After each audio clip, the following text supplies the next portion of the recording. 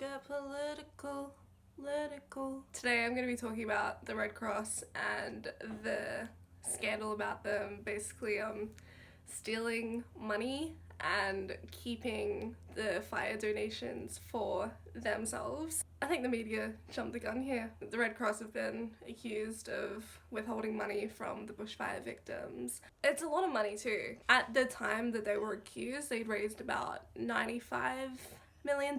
I think it's up to like 110 million now or something like that. Is my lipstick too loud? Seemed like a good idea at the time. Anyway, that's not what this video is about. $30 million had been handed out to the victims, but the other 65 million seemed to just be like held somewhere and not given out to people in need. Basically, the narrative that the media ran with was that $30 million had been given out to the bushfire victims, but we're holding on to the rest of the money for future disasters, just saving it for another rainy day, which is ironic because we've just had floods. I'm filming this on February 10th, so this might be old news about the fires and everything, but at least where I live, it's been raining for about 4 days.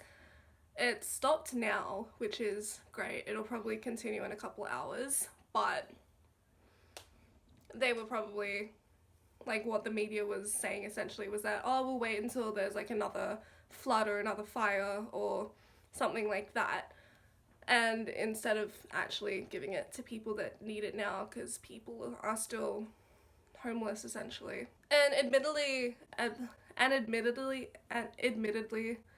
and to be honest, I was pretty mad when I heard about this on the news. I didn't really catch which organization or charity or whatever was being accused of withholding money, but I was just very angry because I lived in an area that was affected by the fires. Like, no, at least not like in my suburb, like no homes were lost or anything like that, but we got a lot of smoke, so our air quality was pretty shit. It was just not a great time. Like, my parents both got sick because of how like bad the air quality was. My mum, like, she couldn't hang laundry outside for about 2 months, and it was more of like a inconvenience as opposed to like our homes being lost. So a lot of people had it a whole lot worse, but to like live in an area where all the smoke and the air quality is so horrible, and that people were living in tents essentially and are still without homes or a stable place to live, to hear that a charity was withholding money, it made me sick. But the media jumped the gun and got all their facts twisted, at least in my opinion, and I'll explain why in a minute. But first, let me explain my personal relationship with the Red Cross. I used to be a volunteer with them. I volunteered with them for about almost 2 years, about a year and a half is probably more accurate. I did 3 main things within the Red Cross. First, I was volunteering at like a retail store, like an op shop. That was the thing that I was with for about a year and a half. Second, I was volunteering at this kind of like soup kitchen type of situation where we were like feeding homeless youth, and that was probably the place where I saw like the most impact and the most change. And then thirdly, I was on the Queensland Youth Advisory Committee. I didn't really do a whole lot, to be honest. I kind of just turned up to meetings and everyone else like actually did stuff. One of our projects actually that we were working on but didn't have enough time this year to implement, and it would have been really great if we could have, was to go to like regional kind of towns within Queensland and go to like schools and like maybe like year 10 and give them information about like disaster relief, so like what to do if there's a fire, like a flood, first aid and all that kind of stuff. So that would have been really cool if we would have been able to do that, but we just didn't have the time. Even if we like hired like a camper van or something for super cheap and then just slept in that, that would have been fine. We just wanted to like educate kids on what to do in emergencies. So that would have been really fun. And if we did do that, that would have been amazing because it would have been super relevant to what was actually happening in Australia. And I know that like regional parts of Queensland were badly affected, like the Gold Coast. I think they're technically regional, and Toowoomba, and there's probably a whole bunch of other places, but to be honest, I didn't look too deeply into it because where I lived in Brisbane wasn't affected, so I didn't bother looking too deeply at anything else. So why did I quit these things? Was it because there was a disagreement? Was it because I don't like the charity? Was it because of a scandal or something? No, I just moved cities. I live in Sydney now and I can't be fucked looking for other places to volunteer. So basically when you become a volunteer or anything like that within the Red Cross, you get automatically signed up to their mailing list, and Red Cross usually sends out emails like twice a year, and you don't have to be a volunteer or anything to be on this list. You can just be like a member of the public and still be signed up, but it's just when you're a volunteer you automatically get signed up. I think most of my emails were more targeted towards what was happening in Queensland because that's where I lived at the time. Like I said, we usually only get like 2 emails a year or something like that. Like, it'll be like no more than once a month. But in January alone, I received about 6 emails. I think like 3 of them are relevant and I'm gonna share them on here so then you guys can understand where I'm coming from and why I think that the media jumped the gun. In the first email I read, it was then that I realised that the Red Cross were the organisation that were accused of withholding money to bushfire victims, and I was like, oh fuck, this charity that I loved and I stood by and that I'd volunteered with for a long time, and I truly loved it. I loved the people I volunteered with, I loved all of my bosses that I had. It was just a general great time. Everyone was so down to earth and just like the most genuine, loveliest people that I've ever met. And then for this charity that I volunteered with to be accused of withholding money, I just didn't believe it because like part of the Red Cross is to help out anyone that's in need regardless of like religion, race, gender, etc. For them to withhold money, it just isn't what the Red Cross stands for. So I just couldn't believe that they were accused of this. I'll read that email now. I don't know how else to segue into that other than just say that I'm gonna read the email. I'm gonna read it from here, so if it looks like I'm looking down at something, this is it, boys.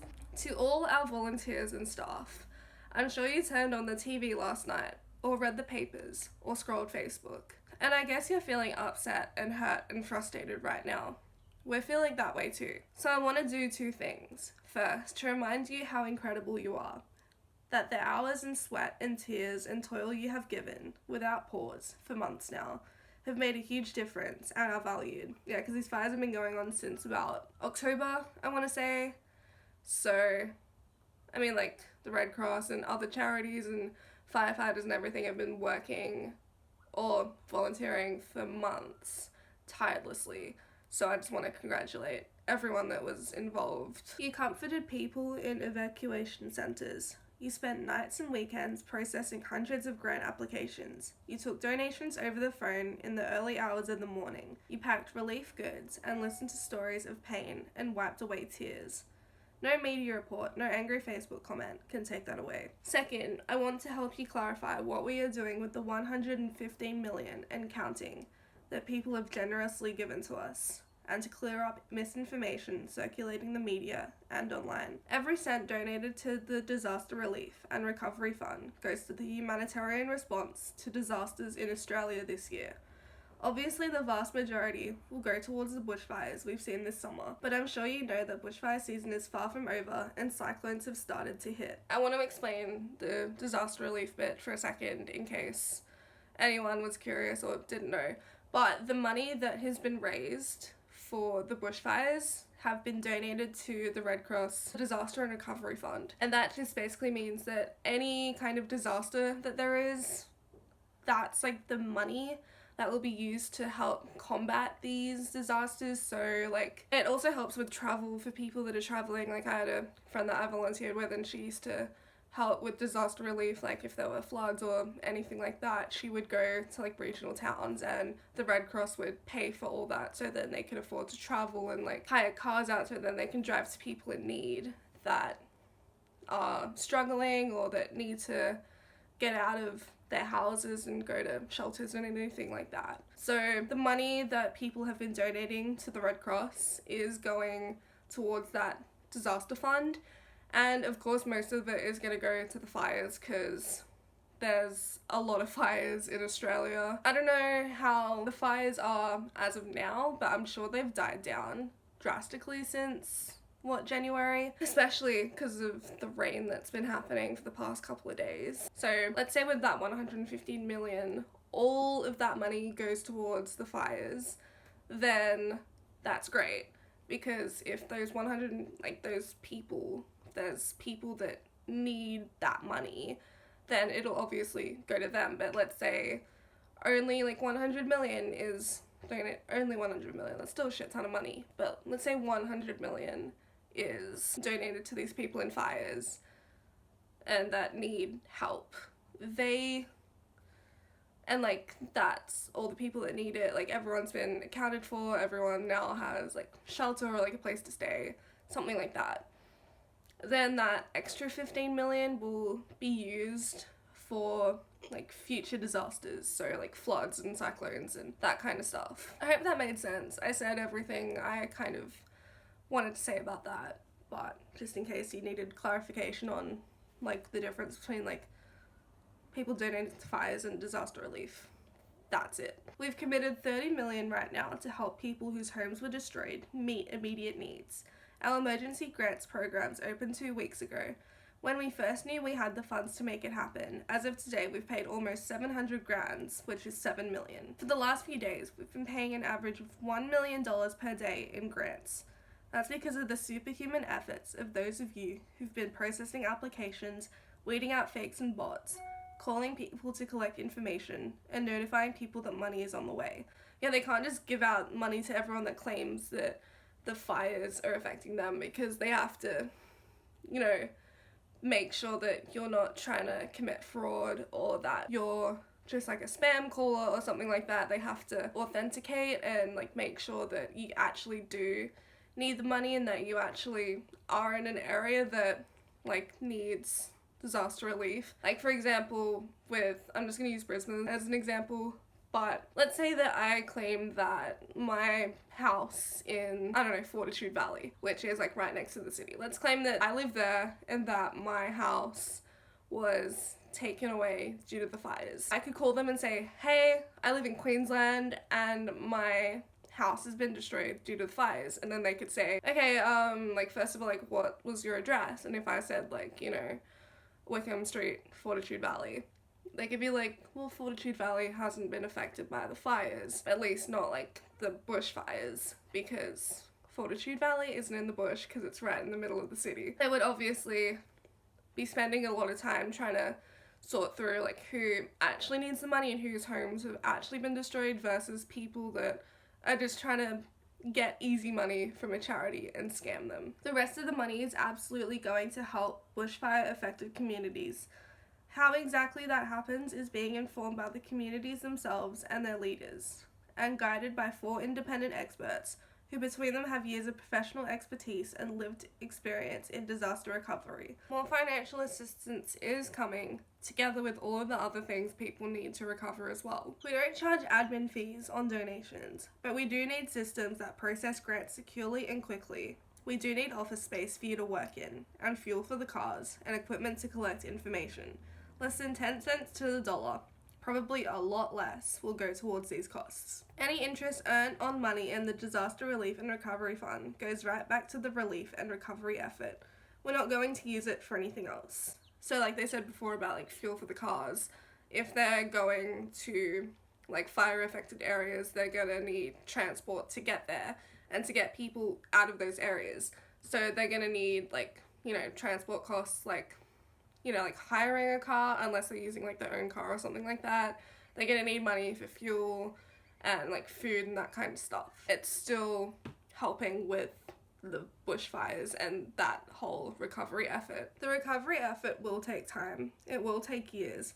It doesn't help affected communities to give away all the money now and leave none for the hard months and years that are yet to come. That's what every disaster affected community we've worked in has told us. And then it gives them a link on how you can track their plans of how they're like spending the money, which I think is pretty cool. It's cool that they're being so transparent about it. I will leave a link to that down below if you want to.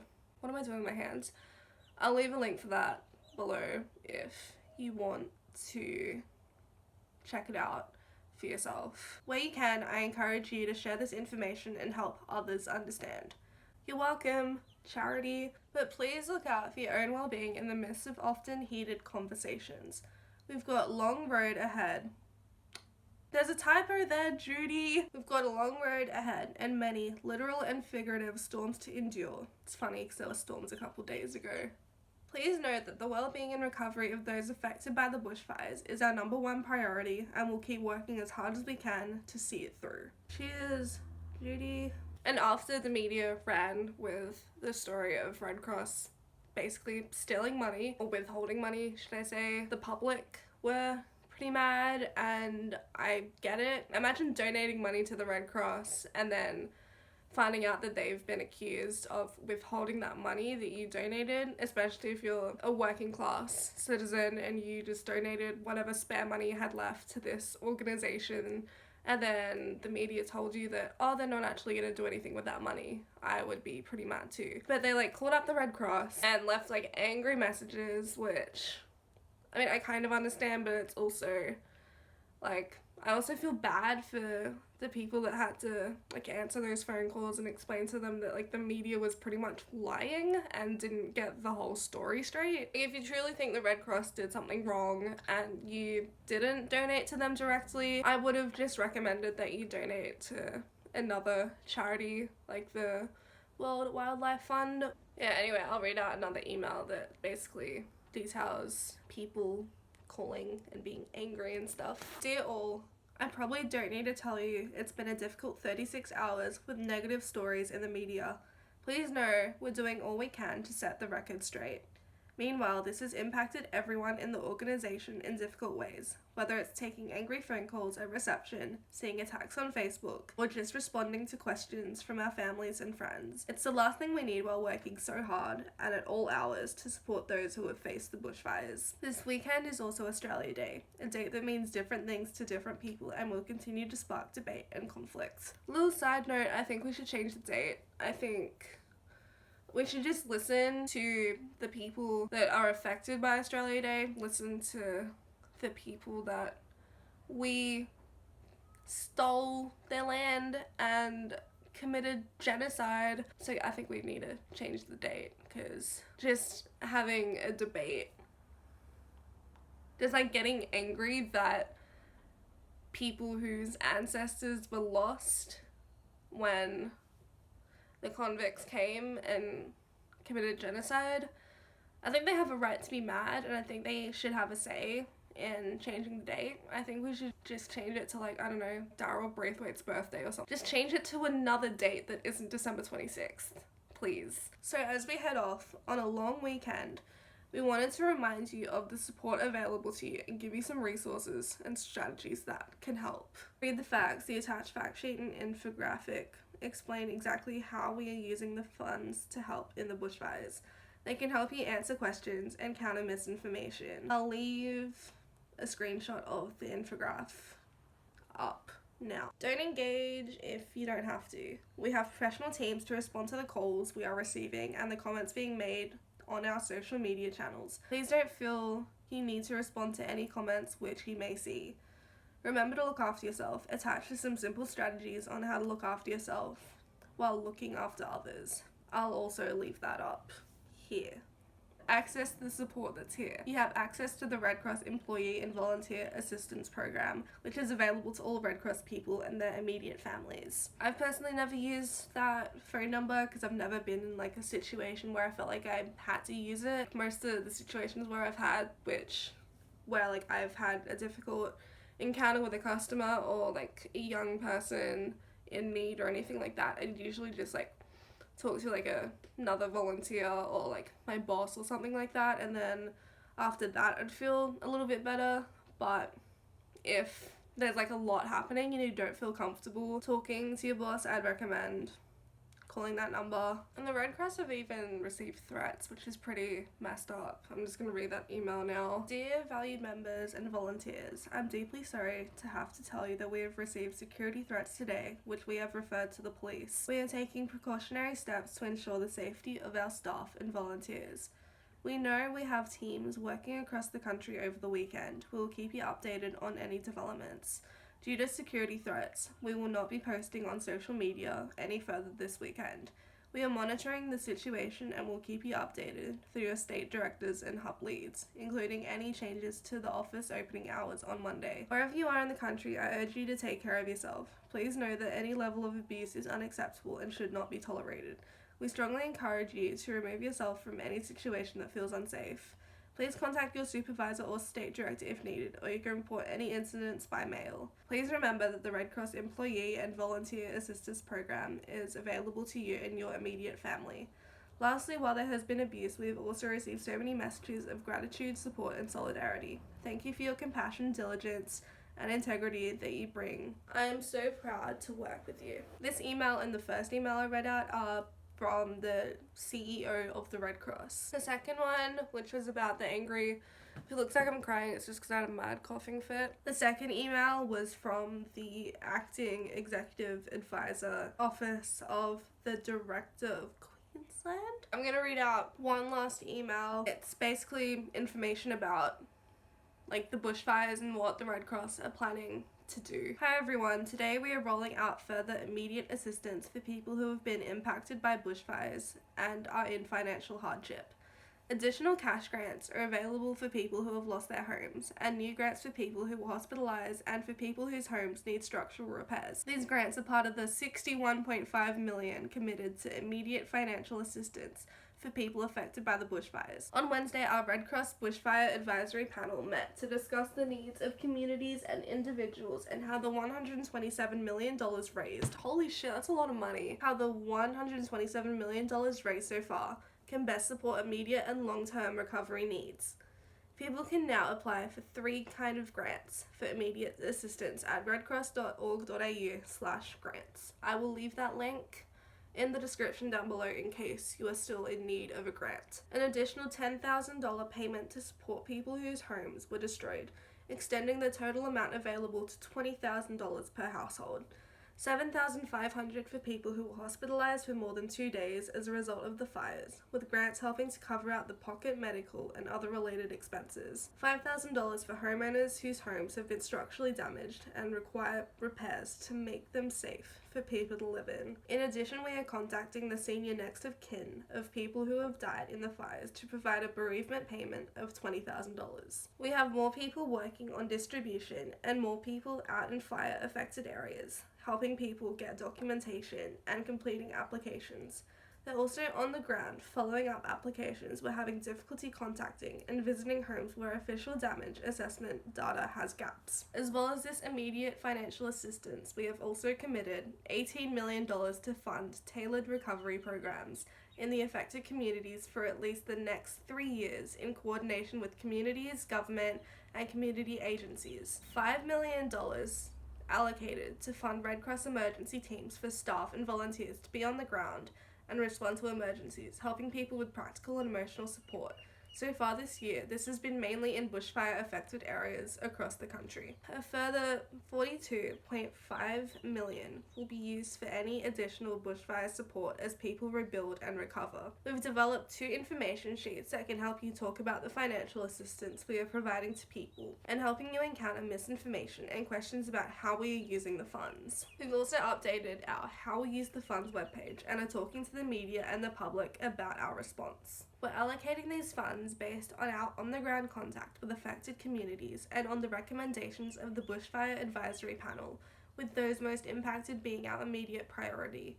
This is an unfolding disaster, and tragically, even more communities need support as bushfires continue right now, and will throughout this summer. Anne Leadbeater, the member of the Australian Red Cross Bushfire Advisory Panel, said that it would be a long road ahead for these communities and the agencies working with them.